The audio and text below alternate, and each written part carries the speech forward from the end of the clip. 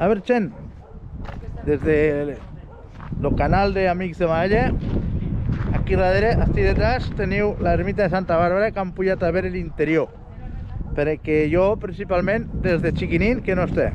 Està totalment restaurat, encara falta per acabar de restaurar. Però bueno, ara veureu les imatges, les 4 fotos que han pogut traure i una mica que han parlat en Santiago Alessanco. I no res, sobretot, acordeu-vos de subscriviu-vos, marcar likes i deixar comentaris i compartir els vídeos. I ara sí, us passo les imatges. A veure, Chen, ara estem a Santa Bàrbara i entrarem a dins de l'ermita. Sí. A veure...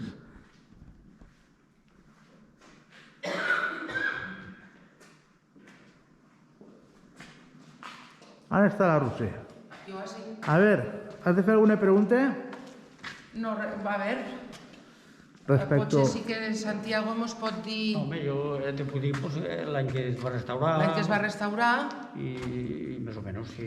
I ara que estan pendents de veure si es pugui restaurar per dins, acabar de restaurar una miqueta per dins.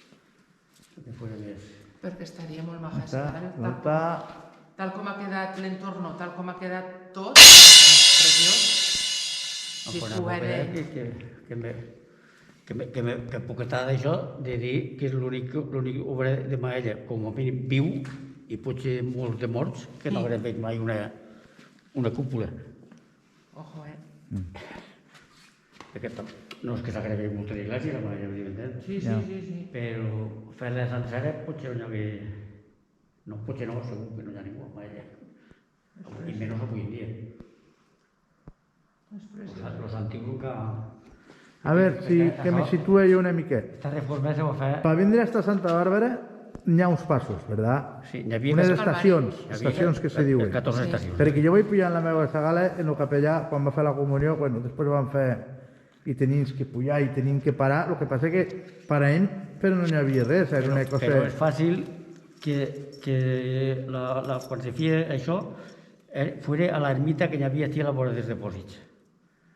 A la vora dels dipòsits hi havia una altra ermita, més antigua aquesta. Que hi ha algun resto d'aquesta ermita? Se veu algun bocinet a la vora dels dipòsits, corret allí un rinconet. Però això quan van fer els dipòsits ho acabarien de... Si hi havia algun resto l'acabarien de... I aquesta ermita era més antigua. Esta què és, del segle XVII o XVIII? Aquesta és dels 700 i pico, del segle XVIII. Del segle XVIII. I la de... Perquè això se va fer en una recolecta, el que fica al cartel, en una recolecta. Aquesta ermiteta ja s'insinua quan Palo Bargallo és xiquetet que va fer unes figuretes a l'ermita eixa, no a eixa. Perquè quan està era Monte... Enterrada a Sidal. Sí. Però que estas les atxes, pues aquella potser va ser igual que la trapa, la trapa és del 600. La trapa és que potser és el més antiu que tenim. De moment sí, que ho sàpiga dir. Jo no ho he trobat també. Ara, aquesta mitjeta, pues, se suposa que està allà on és. En la mitjeta xiqueteta que hi havia.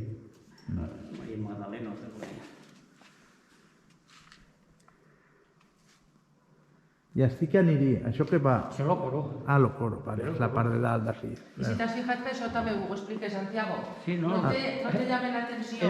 Això, este le recuperaria d'un altre puesto, perquè no té sentit que com una estigui a altura i l'altra estigui allà. I a l'altre costat... Ah, està l'altre. Quan voltes, volta. Però la una està a vale. I l'altra està a altura. No té cap sentit, això. Has ficat, no... A tot forat està la pila de les mans, la pila de l'aigua. De l'aigua pontar, este forat. Però que no té cap sentit que estigui... I els pedres se veuen que són pequeños. Ja. I que l'una estigui a dalt i l'altra estigui aquí. Són iguals. Entrem a la sacristia, el que seria la casa de l'ermitanya. Tot això està per acabar encara. Està restaurat, però està per acabar. I veu, així estaria el que és l'escalera per poder pujar. I si t'os fijeu, així hi ha 2 pisos, este i l'altre, que seria la vivienda, en este cas, a veure, que n'hi ha poca llum així. Vale, ara. Seria la vivienda de l'ermitaño o de la persona que visquera així. I per esta porta entraria a lo que és l'ermita, a lo que us hem mostrat hasta ara.